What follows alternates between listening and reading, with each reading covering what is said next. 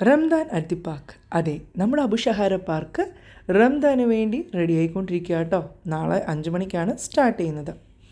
Usually സൺഡേയ്സാണ് നമ്മൾ ഇസനെയും കൊണ്ട് പാർക്കിൽ പോവാറ്. ഇന്നങ്ങനെ പോകുമ്പോഴാണ് ശ്രദ്ധിക്കുന്നത് ഇവിടെ മൊത്തത്തിൽ ഒരു മാറ്റം. എന്താണെന്ന് അവിടെ ചോദിച്ചപ്പോഴാണ് അവർ പറയുന്നത്, നാളെ ഈവനിങ് മുതൽ നമ്മുടെ അബുഷഹാര പാർക്കുണ്ടല്ലോ വേറെ ലെവലാകുമെന്ന്. എന്തായാലും കൊള്ളാം.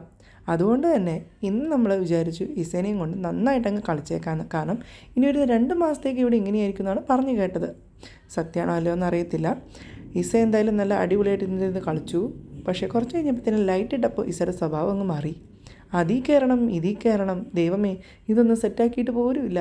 എല്ലാം അവിടെ നടന്നുകൊണ്ടിരിക്കുന്നേ ഉള്ളൂ കേട്ടോ. പാരൻസിൻ്റെ പ്രത്യേക ശ്രദ്ധിക്ക്, പോകുന്നവർ ക്യാഷ് എടുത്തുകൊണ്ട് പൊക്കോളൂ. ആഹാ, എന്താ രസം അല്ലേ.